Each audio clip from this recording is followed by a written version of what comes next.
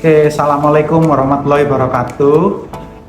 Perkenalkan saya Dr. Tito Haryanto, spesialis mata, dokter dari Rumah Sakit Saiful Anwar, Provinsi Jawa Timur.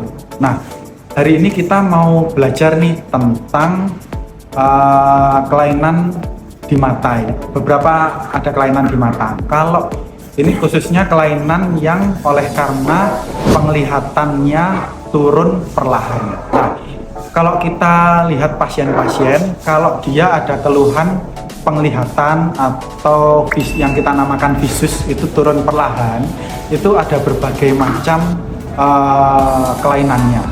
Kalau dia usia muda, usia dewasa muda, ataupun sepuh atau tua, itu kalau datang dengan kelainan penurunan penglihatan yang turun secara perlahan, itu kita bisa curiga dari kelainan refraksi. Nah, kelainan refraksi itu apa sih? Kelainan karena dia yang harusnya pakai kacamata, tapi dia belum pakai kacamata. Nah, itu harus diukur berapa minusnya, berapa plusnya, ataukah bapak atau ibu tersebut membutuhkan kacamata baca apa enggak. Itu yang kita namakan kelainan refraksi.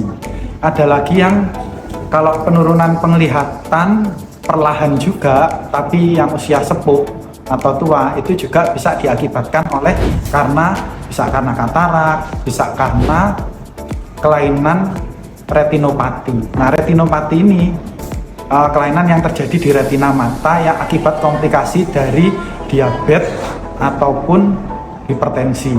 Nah, itu harus kita periksa apakah betul pasien tersebut ada kelainan atau ada komplikasi dari diabetes atau dari hipertensi. Tentu saja dengan pemeriksaan yang namanya funduskopi. Dari pemeriksaan funduskopi, dari pemeriksaan segmen belakang mata, itu kita tahu dia sudah ada komplikasi dari diabetes atau komplikasi dari hipertensi apa belum. Nah, yang satu lagi yaitu penyakit karena katarak. Katarak ini bisa kita lihat kalau dari pupil matanya itu atau manik matanya ada kelihatan putih-putih di matanya. Itu nggak perlu kita pakai alat ya, nggak perlu pakai alat khusus, kita cukup pakai penlight atau senter. Kita senter di matanya kakek, nenek, bapak, ibu, pak de, bude, om, tante. Kalau misalnya ada pendarahan putih pada saat disinar yang harusnya gelap, nah itu harus curiga ada kataraknya. Jadi harus waspada, harus aware, dan semua itu harus segera diperiksakan ke dokter mata. Karena apa? Karena penyakit-penyakit yang kita ketemukan sejak dini itu penanganannya akan lebih efektif dibanding kalau penyakit yang sudah berkomplikasi menyerang bagian-bagian mata yang lain. Seperti itu ya.